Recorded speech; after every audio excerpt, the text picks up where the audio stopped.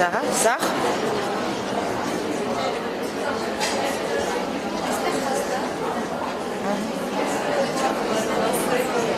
Զբաղված է, հա, սա։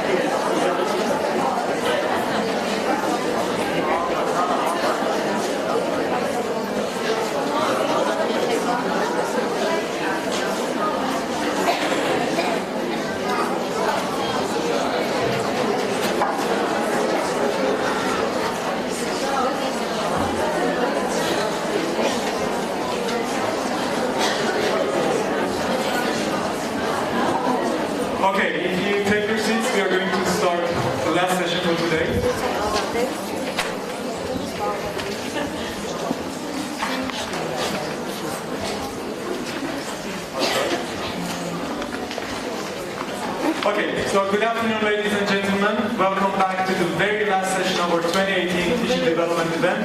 Also, greetings to everyone who's joining us online through live streaming. So far, we've had and we've enjoyed 4 sessions by Penny, and I think you may agree with me that they were really insightful and thought-provoking. Today we are going to enjoy the very last session, but before that I'm very happy to inform you that we are having with us Ayrıca Natyosyan, the Deputy Minister of Education and Sciences with us. Please join me to welcome her to this session. Thank you so much for coming to this session. So let's begin with the last session, and then we are going to have the wrap-up ceremony. So in this last talk, Penny is going to present a series of practical teaching tips based on decades of classroom experience teaching English to all ages and levels. She's been teaching for the past 35 years to all ages, to all levels, so she definitely has something to share with us. Please join me to welcome Penny for the last one.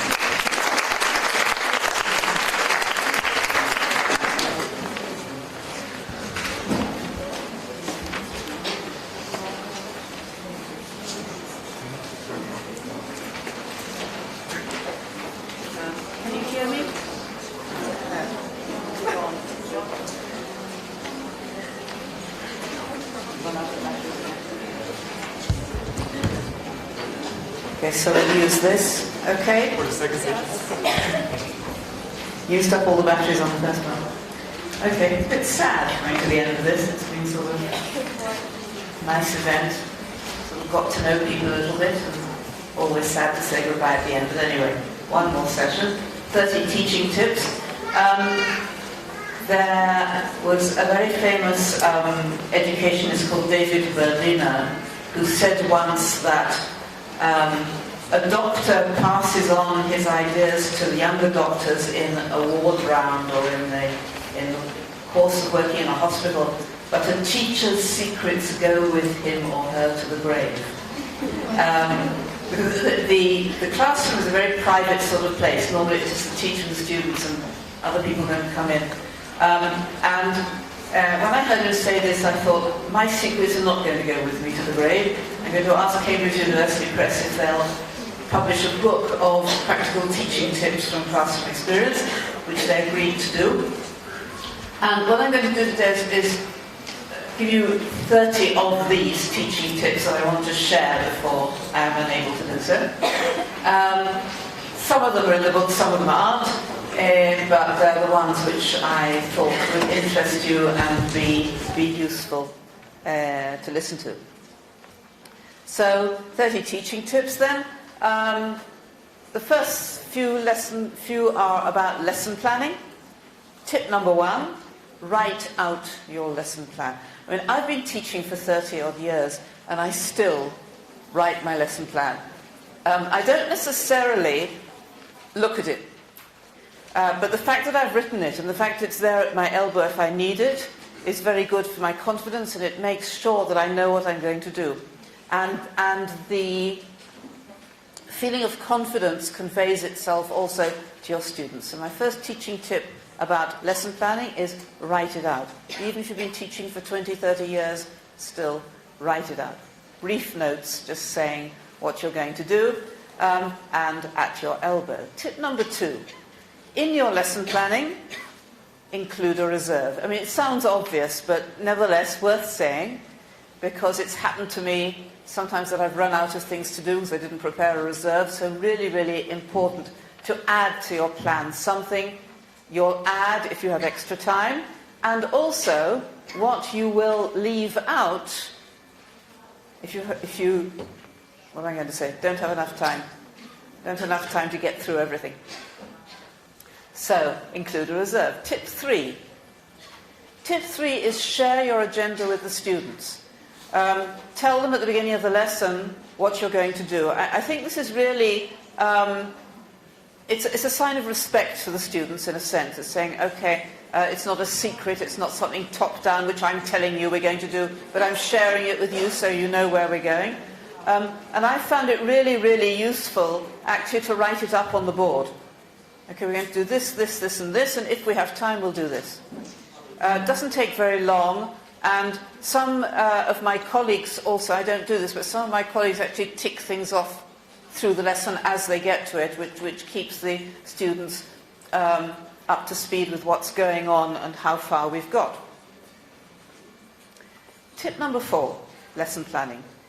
When you're planning what to teach, teach the difficult stuff at the beginning, because that's when the students are freshest. If we wait to do a sort of, if we waste the first half of the lesson doing fun games and then come to a really difficult text, at the end of the lesson, the student's going to be less focused and you've got less chance that they'll learn well. So when you're planning, plan at the beginning. Do you remember that at my first session I said I like people to interrupt? So if you have something to add or disagree with anything I'm saying now, please raise your hands and do so. I think we know each other well enough to be able to do that comfortably. 5, variation. I talked about this in the previous session. Don't do the same thing the whole lesson. Particularly within advanced classes, some teachers do tend to spend the whole lesson on a reading text, or the whole lesson on teaching grammar or something. But it's really a no-no. Not only for elementary students. Elementary students, it's really important. I mean, they just can't concentrate or children. They can't concentrate for a whole 45 minutes on one single thing. But even with advanced students, quite late in my career, about 10 years ago, I started teaching a course of academic English to members of faculty at my college. People who were publishing, and these days you have to publish in English. You can't publish in Armenian or Hebrew or anything else because nobody will read it. So you have to publish in English. And these people were doing original research and wanting to publish, and their English wasn't that good, and they needed English at a very high level. And I had sessions with them which were 90-minute sessions, which I split up into doing different things. And one of the bits of feedback I got from them at the end of the year was that they really appreciated the fact that I did 4 or 5 different things during those 90 minutes, and I didn't do all the same thing. Not even just 2 things, but several different things. So even when we're talking about mature, highly motivated, advanced learners, it's still true. Vary the lesson. Don't do the same thing the whole lesson. So varying the 4 skills, obviously, varying types of teacher-student interaction, varying the level. We talked about this at length in the previous session. Varying the type of materials you're using. End with something nice. And again, whether it's elementary or intermediate or advanced, doesn't matter. Finish the lesson, send them away with a smile, if possible. It's not always possible, because this is an ideal world. But in principle, try to plan your lesson in advance so you have something at the end which will send them away with a smile. Even if it's just saying, look how much we've got through this lesson, guys. Isn't this great? You've done this, this, this, and this. Summarize. Nice feeling, smiley. Congratulate them on what they've done. Short story, joke, relevant if possible to the topic. Just a second. Play a quick game, very quick guessing game or something. Or for the younger students, sometimes ending up with a song is really nice. Yes? Is this the only microphone available? Generally, I use tongue twisters. Tongue twisters, yeah. Puzzles, all sorts of things, riddles, whatever. Homework. Who asked me about homework? It was you. It's a big issue. There are some schools who've just given up and say we won't give the homework at all. Some schools should insist on it. I'm very much in favour of homework because learning a language is very much a function of the sheer amount of time you have exposed to the language and dealing with the language. And in a country like yours and mine, where English is not spoken outside the classroom very much, you really need more time than lesson time to give them to practice and learn the language. So homework is when you get that extra time, and anything we can do to make sure they do engage with English outside the classroom as homework is important. But there are things to say about homework, which I'm going to share, which you may not have thought of. This is the one first. Tip 7, don't give homework at the end of the lesson. Teachers always do. Well, not always. A lot of teachers do, and I'm not talking about English, I'm talking about any subject. Okay, we finished the lesson, here's your homework. First of all, you give homework at the end of the lesson, this violates the smiley tip. It's not going to be a smiley. Secondly, there are all sorts of reasons why giving the homework at the end of the lesson is not efficient. You may not have time to explain properly. Do you have bells at the end of lessons in Armenia? Yeah. So the bell goes and you're in the middle of your explanation and you haven't finished and they start packing up and they're not attending and they won't get the information which they really need, what you want them to do for the homework. They may not have time to write it down. They may not have time to ask questions. And quite importantly, putting it at the end conveys the message, oh, this is an afterthought. This is something which comes at the end. This is less important than the rest of the lesson. It is not less important than the rest of the lesson. It is as important. So it's quite good to give the homework at a sort of transition point between two activities earlier in the lesson and write it up on the board. And then at the end of the lesson, all you need to do is point at it and say, remember, this is what I want you to do. This is a useful tip which picks up something which I said in the previous session. Define homework by time, not quantity. So you can't always do it. And I'm not saying none of these tips are an always or a never. I'll come back to that later. But it's a useful idea to remember, which you can use with a lot of classes. Rather than saying, for homework, do exercises A and B, say something like, do as much as you can of exercises A and B in 20 minutes, or 30 minutes, or whatever you think is a reasonable time. And this does what I described in the previous session. For a heterogeneous class, it means that students work at their own speed. A student who can do more does more, a student who can do less does less, but they put in the same amount of effort and they all make progress. One objection that teachers have said to me is, oh, I can't trust them to spend the time I've given. Would this be a problem with you as well? Yeah. Yes, no. Some people are shaking their heads, some people are nodding. It can be a problem that the students won't necessarily take the 20 minutes. One answer to this is, okay, there's some classes where you can't do this. Another answer is to enlist the help of the parents. Let the parents know, share with the parents, and a lot of us now have websites where the parents can see what homework the students have been given. And ask the parents to make sure that the students are in fact spending that amount of time and doing as much as they can. So useful tip, particularly for a very heterogeneous class like the one I was describing in my previous session.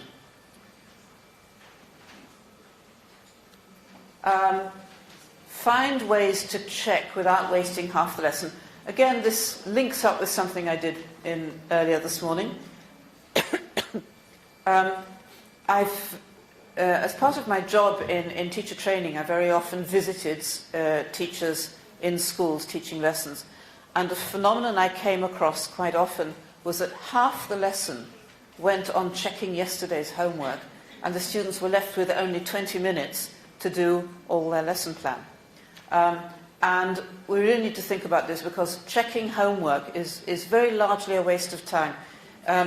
In most cases, if we've given homework which is doable and which is appropriate for the student's level, they'll probably have got it mostly right anyway. Most of the time when you're checking, you didn't need to check. Some of it you do.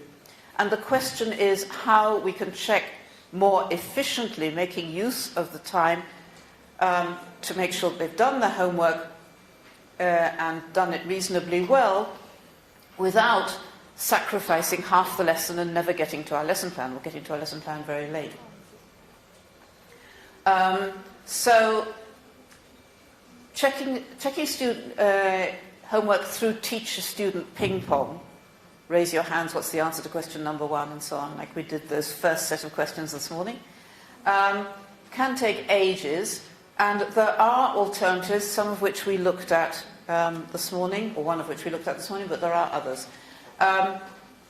The first two we looked at this morning, okay, I showed them on the board or dictated answers, and the students just self-checked, and that is very, very quick. And another advantage of that is that it frees you. If you've put your answers on the board, and a lot of us, how many of you have screens and projectors in your classrooms? Sometimes, yes. Because if you don't, then it takes a while to write them up. If you do, then it's very quick. So that's another thing to take into account.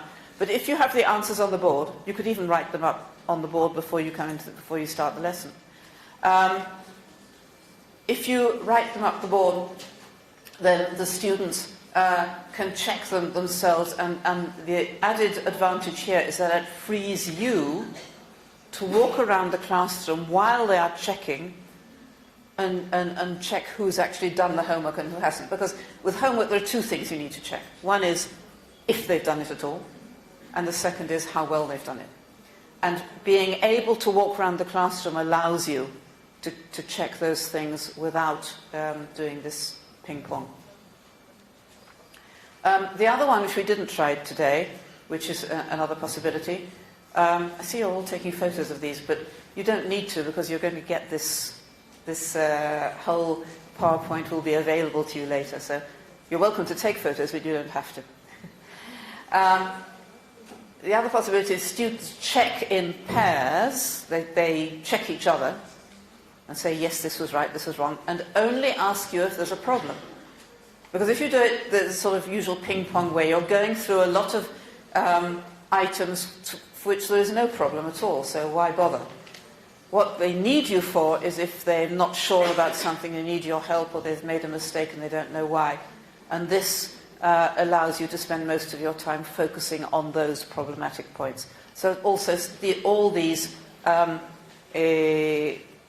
of ways of checking save time. Someone had their hand up over here? No? No questions? Comments? Additions? Yes?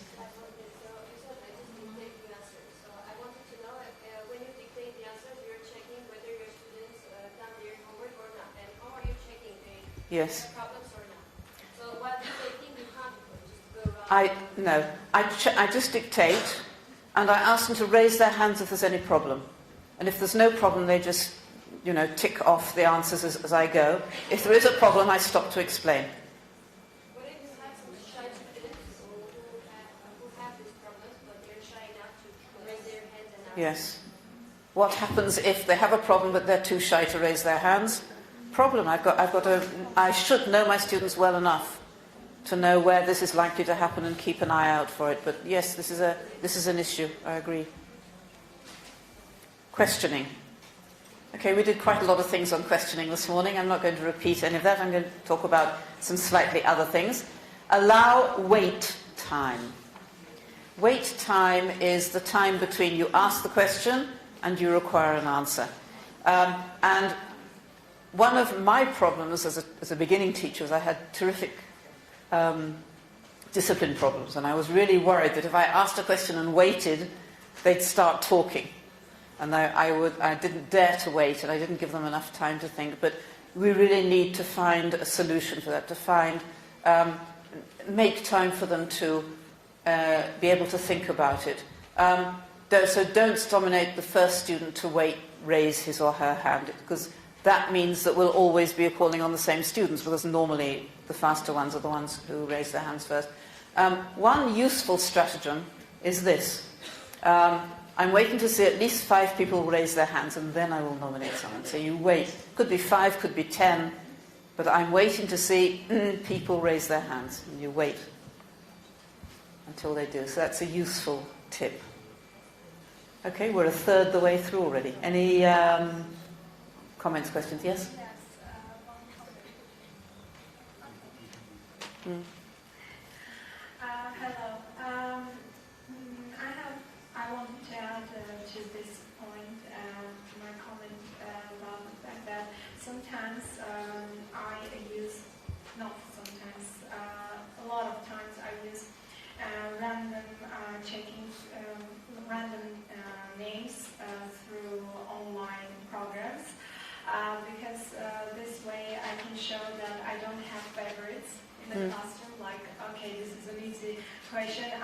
ask you, or this is a difficult question, I will ask the other student. And this way they feel like I treat them equally. Yes. So this is really good. Random selection. Yes, this is Yes. also Another thing linked to that random selection is the idea that if you're taking in notebooks, but the class is too big to be able to take in the notebooks every single time, so you take up a random set this time and another set next time, another set this time, so that over 2 or 3 weeks every student gets their notebook examined, but you don't have to do all the students all the time. This is slightly controversial, but I'm very much in favour of echoing student responses. And if you notice, I was doing it with you most of today. When people suggested something in response to a question, I echoed what you said. Now, just repeat it. Repeating students' responses for various reasons. One is to make sure everyone hears them, because sometimes the students speak too quietly and the rest of the students haven't heard them. The second is to confirm that it was right. It's instead of saying, yes, that was right, you repeat it with a sort of appreciative smile, and that conveys the message that it was correct and acceptable. For the sake of the repetition, to give the students a second chance to hear it, to correct, recast, but then we saw there are problems sometimes with recast. You have to make sure that they notice that there was a recast, there was a correction. And finally, and you may not have thought of this, but I think it's very true, is that it is an indirect compliment to the student who said it if the teacher is repeating it with a sort of appreciative nod and a smile. It is a compliment to the student. Yes, I hear and I accept and I like what you have to say. So it's instead of saying good or something like that, actually just repeating what they say with an appreciative expression conveys the message. Something I said earlier, make questions open-ended as often as you can, and you all know what open-ended means. So, and 2 examples here. I want to practice the word wide, which we just learned, or narrow. So instead of saying, what is the opposite of wide, I say, give me lots of things that can be wide or narrow, and practice it that way. And it's open-ended, allows for different levels, but also, crucially, it's much more interesting doing it this way. The second question, the open-ended question, is much more interesting to do and provides much more practice than does the first. 13, don't always insist on teacher-nominated responses. I'm doing a brainstorm, for example, and I want lots and lots of answers. And what I've seen happening in classrooms is that teachers say, okay, give me lots of answers to this question. How many things can you think of that are wide or narrow, for example? And then the students raise their hands and the teacher says, okay, what do you think, what do you think, what do you think? One by one. And the alternative I'm suggesting, and it's not one you can do in all classes, but in a lot of classes you can, is to get students to call out the answers as fast as they can. You catch them as you can and write them up on the board or repeat them, echo them as quickly as you can. Okay, you may not hear all of them. Okay, some students may find that they're not being heard, but what happens with that is that there is far more participation. We did it today. I don't know if you noticed. The first thing I did when we were talking about heterogeneous classes, I asked you to tell me what were the main characteristics of a very mixed heterogeneous class. And you said things like background, personality, interests, motivations, I remember. And you were calling them out as fast as you could, and I was writing them up as I heard them. But I wasn't nominating particular people to ask, I was just keeping my ears open and writing. And the result was that a lot more people, in fact, participated than would have done had I asked only for one at a time. And another thing, which is almost as important, is that the shyer students respond under the shelter of the others, because they're not going to be nominated and have to speak on their own. They can call out things while everybody else is calling out, and they're sort of protected by the fact that everybody else is calling out at the same time. So this kind of interaction, which is not used very much, is underused, I think, and which is really useful for brainstorms, is particularly good for the shyer, less confident students. Allows them to participate. Okay, correcting mistakes. And we've dealt with this a little bit when we were talking about the research. I talked about Lister and Ranter's research on recasts. But this is something slightly different. A useful tip is correct students yourself rather than asking them to correct each other. And this is based on a bit of research I did myself when I was leading a master's course. I asked my master's students, who were all practicing teachers, to administer a questionnaire to their students on how they like to be corrected by the teacher. And one of the questions was, do you like it when the teacher asks other students to correct you, or do you prefer the teacher to correct you herself? And it came out something like 80% of them preferred to be corrected by the teacher. And I discussed this a bit with my students and the teachers, and they said, oh, that's because perhaps they feel embarrassed or distressed. And I said, well, go back and ask your students why they said they preferred it. And it turns out that that was not the main reason. The main reason was that they trusted the teacher to give the correct correction. They didn't trust each other.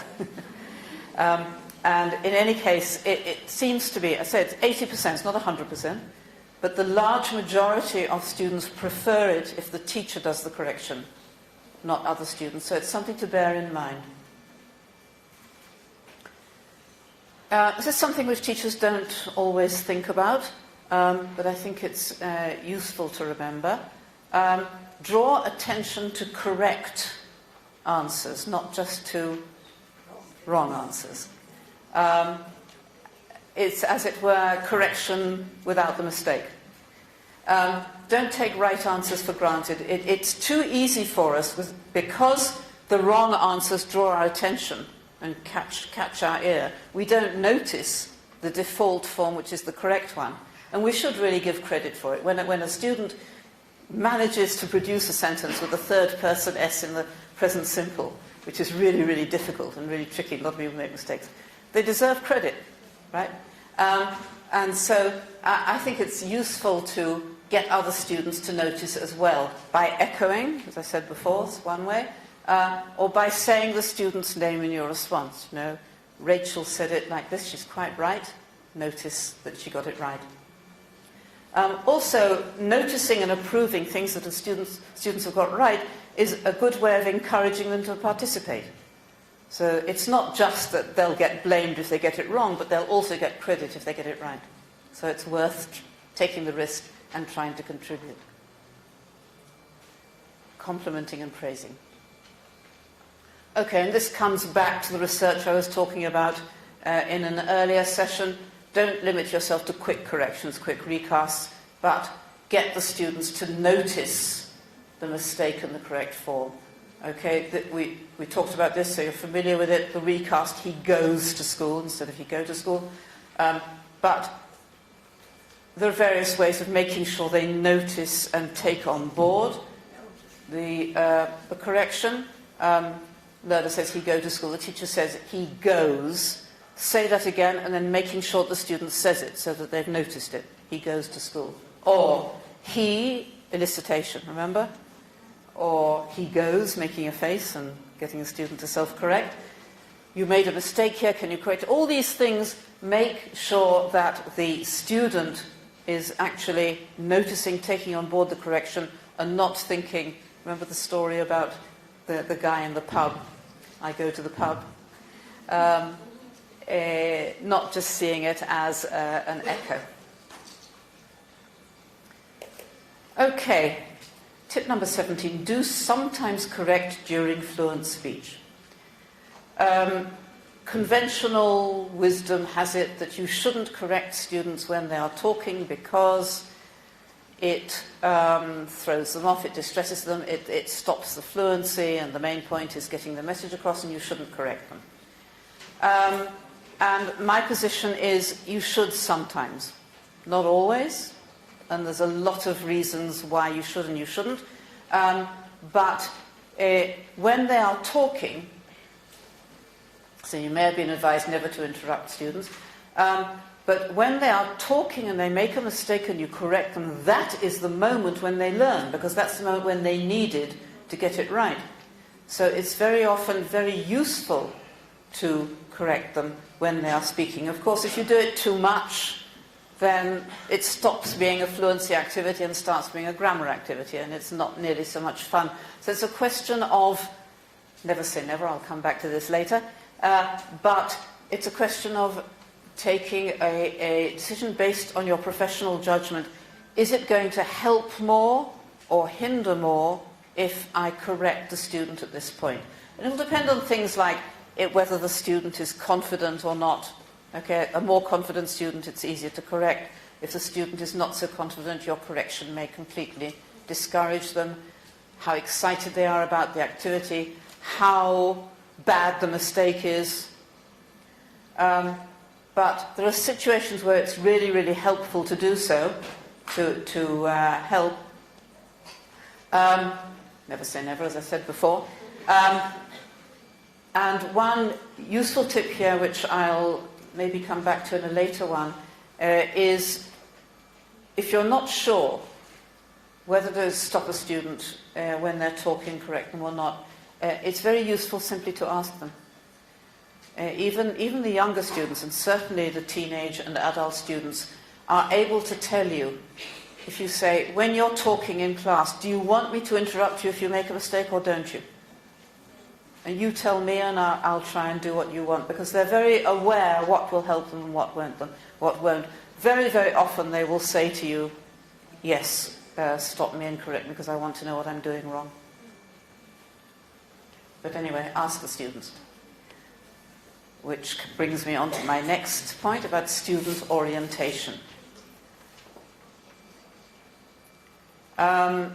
Okay, elicit expectations or requests from the beginning. Useful tip at the beginning of a course, beginning of the year, asking the students, what do you want from this course? What do you expect from this course? Not quite the same thing. What do you particularly dislike doing in English lessons? Useful to know, particularly with a class you've never met before. And any special requests to help you learn better. I'm focusing on the learning here. I'm not going to ask them what's nice to do in English lessons, because then they'll say, oh, we want to watch movies or something. I want to know what helps them learn. I want to focus there on what helps them learn and get them to help me make their lessons as learning rich as possible. So it really helps right at the beginning to ask this. Share goals. Same sort of thing. At the beginning of the lesson, goals of the course as a whole. What are my goals? This is what I want to achieve. So that I'm sharing, like with the lesson, I said earlier on, what are the goals of my lesson, what I'm going to do in the lesson, what am I going to do in the whole course, and make sure that they know they're aware where I am as I want to know where they are, exchanging expectations and goals from the beginning. This also includes sharing the objectives of a particular activity. We're doing this activity because, this is why I want to do it, or homework. I'm giving this homework because this is what I want you to achieve, this is how it's going to help you learn. So sharing objectives, not just giving the activity, but saying why you're doing the activity, is a useful tip. Periodic feedback. Very often teachers do feedback sheets at the end of a course, but that's too late because it's the end of the course. And you really need to know in time to make any changes necessary. So it's useful to get periodic feedback in the middle, mid-term or mid-year feedback. Don't wait till the end of the course. And the kinds of things I ask them, again, focusing on learning, not focusing on enjoying so much, although that's part of it, but focusing on learning. Ask them to tell you what has helped them in my lessons. Not what do you like about me as a teacher. I don't want to know that. What I want to know is what I do in the lessons which help you teach, help you learn, sorry. What has not helped you? Any particular suggestions you want to make in order to make the learning better for you in the second half of the year? And, crucially, what do you want to say to yourself? In other words, not throwing all the responsibility on me, but also sharing with them, you as a learner, what can you do to make the lessons, the course, more successful? Okay, 2/3 of the way through. Anybody want to say anything before I carry on? Okay. Tip 21. Try in your activities to involve as many students as possible. This is one huge disadvantage of this ping-pong interaction, that it only involves one student at a time and the rest of them are sitting passively, listening, waiting. And there's various ways you can do that. Of course, pair work is one of them, but we saw some examples of other ways we can involve all the students other than doing pair work or group work.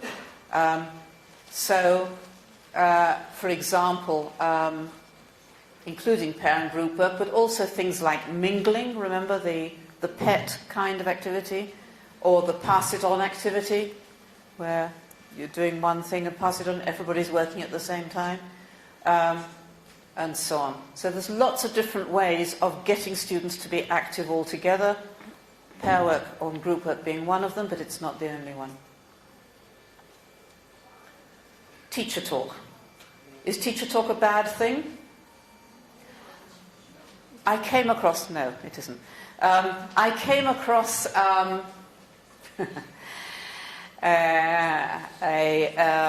lesson evaluation sheet from a Delta course, or one of these, excuse me, British Council courses, forgive me, where it put teacher talk as one of the things the students should not be doing too much of.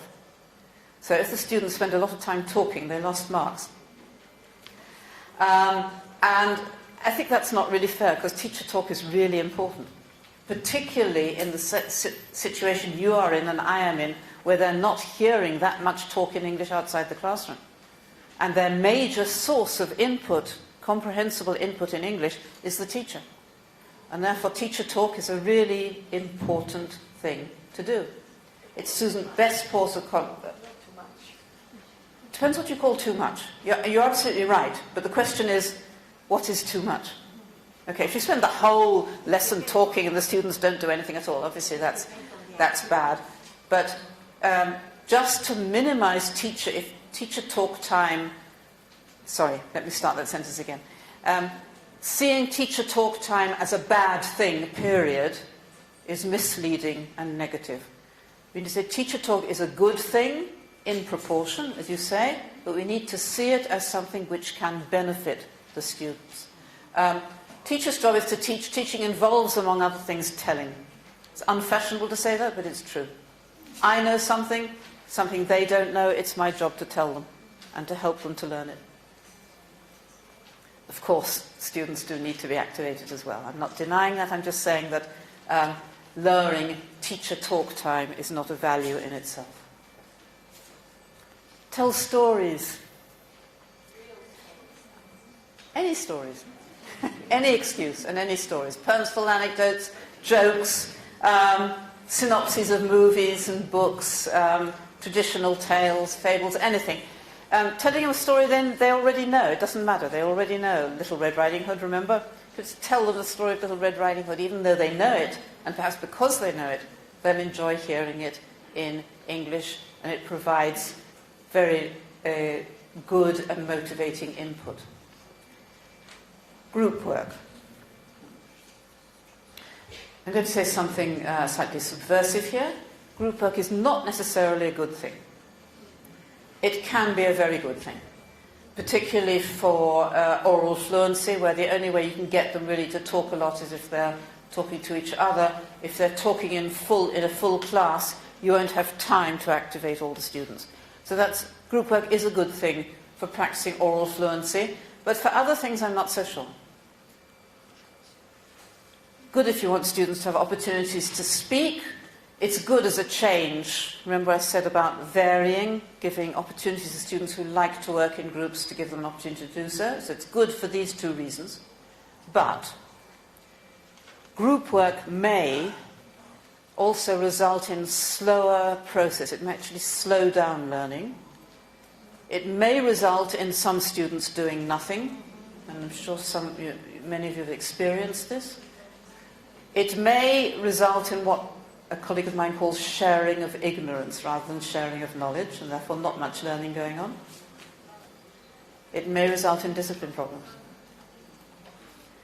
So my message here is not that it's a bad thing, but it is not necessarily a good thing, and if you're going to do it, be very sure why you're doing it, and that it is in fact learning rich. I'd say use pair rather than small group work where you can. A pair work, for one thing, if students are working in pairs, far many more of them are likely to be activated. If you have a group of 5, 2 or 3 of them may not be doing anything, but a pair, they have to be both working. Leads to more participation, and it's much easier to set up and stop because of the geographical layout of the classroom. And easier to control also as it's going on. So where you can use pair rather than small group work, do so. Tip 26. This is a trap I keep falling into myself. I keep telling myself, Penny, this is a tip of yours. Remember your own tip. Give the instructions first and then put the students into groups. It's happened to me too many times that I've put the students into groups and then went, oops, I've forgotten to tell them what they've got to do. And they start, some of them have their back to you and they've started looking at the materials or whatever. And it's much more difficult to give the instructions when they're already in groups than it is to give the instructions when they're all facing me and focused on the teacher. So, give instructions, check they understand what they have to do, and then when you're sure they've got it, put them into groups and let them get on with it. And also write the instructions. Can also, very nice, all sorts of things can help. Writing up the instructions on the board, getting a student to repeat the instructions perhaps in mother tongue, to check, sometimes giving the instructions in mother tongue, which I'll come into in a moment. As part of your instructions for group work, important to tell them how it's going to end. And it means thinking ahead, right? Tell them before they start, for example, you have 10 minutes. I'm going to give you 10 minutes, then I'm going to stop you. So they have an idea of the kind of time framework they've got available. Or I've got a buzzer or a bell or a tambourine or whatever you have. This buzzer will sound at the end when you hear it stop. Or we'll stop when the first group finishes. So be aware that you may not finish, your group may not finish. Being aware that they may not finish right at the beginning saves you a lot of protests later on. Oh, I haven't finished yet, give me some more time. But if you've told them in advance that they're not going to have enough time, that really helps. And also telling them during the time, like you are left to... Very nice. Telling them during the group work, you have 2 minutes left, you have 1 minute left. Thank you very much. Yes, I'll put this into my next presentation. Tips. Yeah. Digital technology. I understand that you're encouraged to use digital technology in your teaching. You don't have to. Query. Remember that research I told you about of the OECD countries? That the countries who score highest on the international tests are also the ones which use computers least, which is food for thought. Again, like teacher talk, it's not a bad thing, but it's something which or group work, perhaps it's the better comparison here.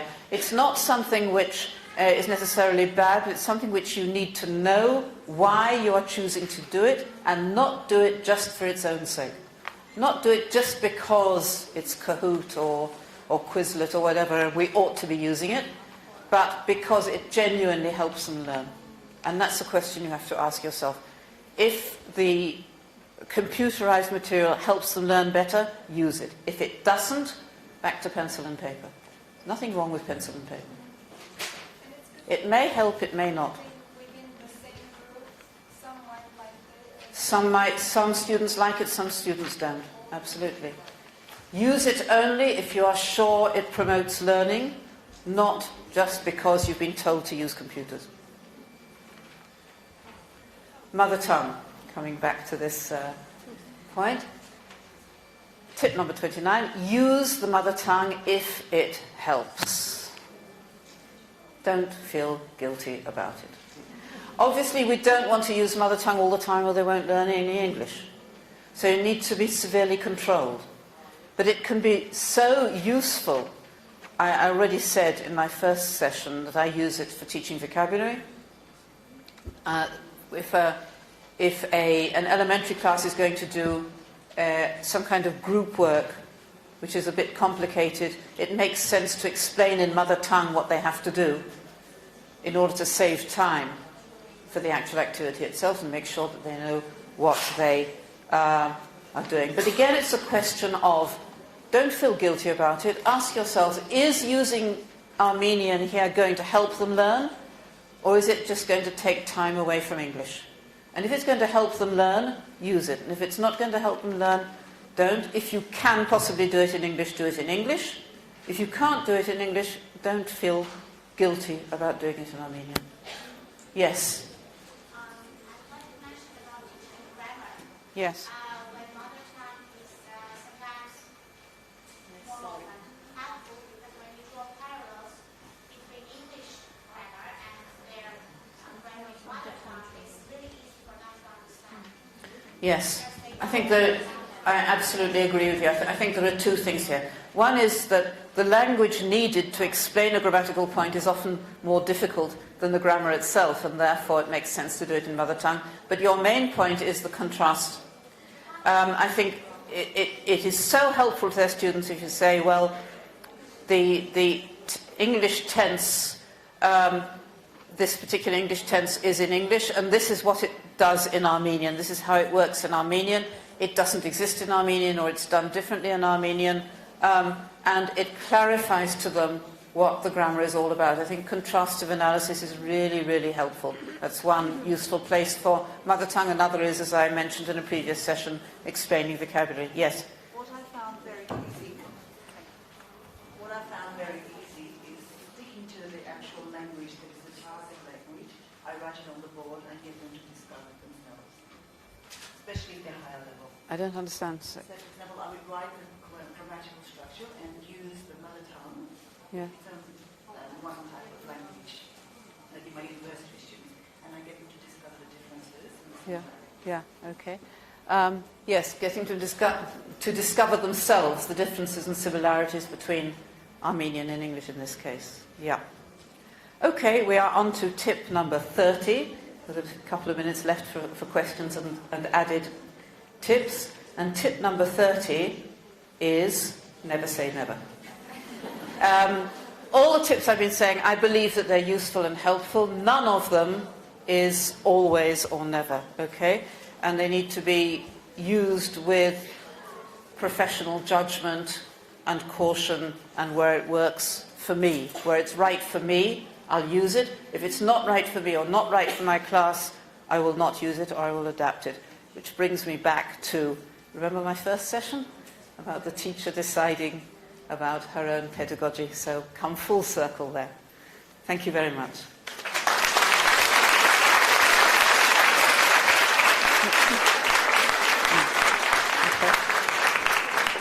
So we have a couple of more minutes if you've got any questions or any comments, any tips from your side. Protest.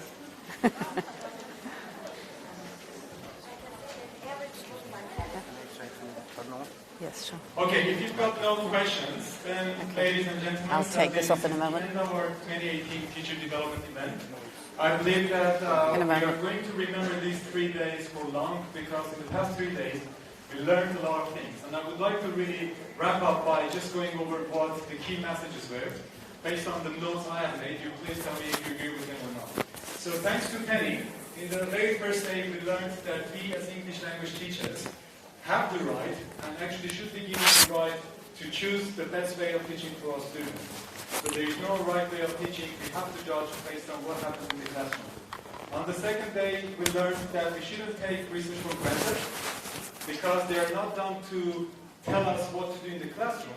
Rather, they are supposed to inform our practice in the classroom by teaching us something new or by confirming something that we already know, or ideally, they are going to destabilize what we know or think is right. We also learned that we need to encourage our students to think critically about the reading and listening passages that they come across so that they can contribute to their learning. Today, we learned that actually Penny provided us with a lot of practical activities to work with heterogeneous groups in your schools. I'm sure that you took away a lot of things. And finally, we received some sage advice about how we can deal with our day-to-day challenges in teaching. So, thank you so much, Penny. Please join me to thank Penny for sharing her 35 years of experience and expertise with us.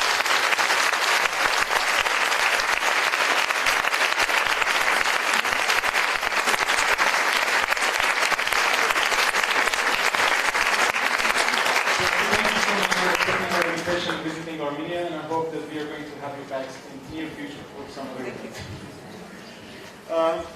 Also, I would like to thank you, honestly, every single one of you, on behalf of British Council for sacrificing your weekend and your family time and sharing it with us and investing it in professional development, in your own professional development. Honestly, I think that your students are really lucky for having such open and willing teachers who want to grow, who want to develop, and who want to offer quality in the classroom.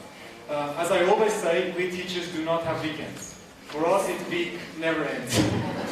so thank you so much again for sharing your time with us. And also finally, I want to thank those blue people over there. Those are my volunteers who helped us to smoothly organize this.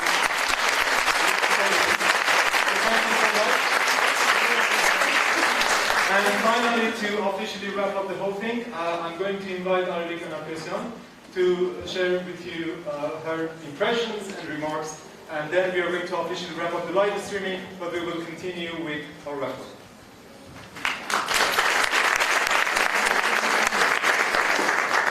Thank you. Well, I want to congratulate all of us for this great event. I believe it's been remarkable. I took part in only one session. I can only imagine how interesting were the other ones. Having my hat as a university professor, I took a lot out of this 30 tips. I reflected on my teaching practice. Most of the things, if not all of the things, most of us, if not all of us, know, maybe subconsciously. But we're not very mindful of whatever was being said here. So I very much believe that we will be mindful in all those tips, and it will improve our teaching practice. So I want to thank you very much for this. I took a lot. I can imagine how interesting it has been for the participants. I want to thank British Council for the continuous 5th year of organizing similar events. I am hopeful that it will continue being continuous. And having the hat of the Ministry of Education now, I should say that oftentimes we talk about quality of education. There is a definition by UNICEF of what is quality in education. It's defined in 5 domains. But in the end of the day, it includes this definition, a lot of writing, a lot of policies, a lot of procedures, a lot of documents. But in the end of the day, we all perfectly know that quality of education is at the teaching and learning level. And once the doors is closed of your classroom, you are the master. Even if it's a flipped classroom, you are still the master. And it depends on the teacher of what's the quality of education. And the quality of education is profoundly at the teaching methodology. So whenever we are drafting the reforms nowadays of the ministry, we have the deep belief that this is not in the policy documents. We want the teachers to be our partners and our colleagues in this reform. And we heavily depend on you. And I believe that these types of conferences, these types of events, workshops, are additional value to all of us for having a genuine quality education reform in our country. I am not an English language teacher, I am a political science professor, but the methodology, in the end of the day, has very little variances when it comes to the subject matter. So teaching methodology is the key thing that I believe, and I think that we all believe in, which will be our way towards having a quality reform in education. Thank you all very much, and congratulations one more time.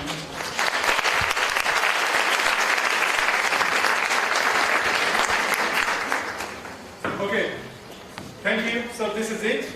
Thank you so much again for coming to this session. I just want to add that that's exactly what British Council does. And in my opening speech, I said that the quality of education cannot exceed the quality of teaching. And that's why we're organizing all these events to support you in your professional development. And hopefully, we make contribution to that. We do have a lot of resources which you can use. Please refer to the Teaching English website. There are a lot of online teacher trainings, a lot of free resources for you, which you need to just click on them and then enjoy them. Thank you so much. Have a great weekend, whatever is left of it. See you next year.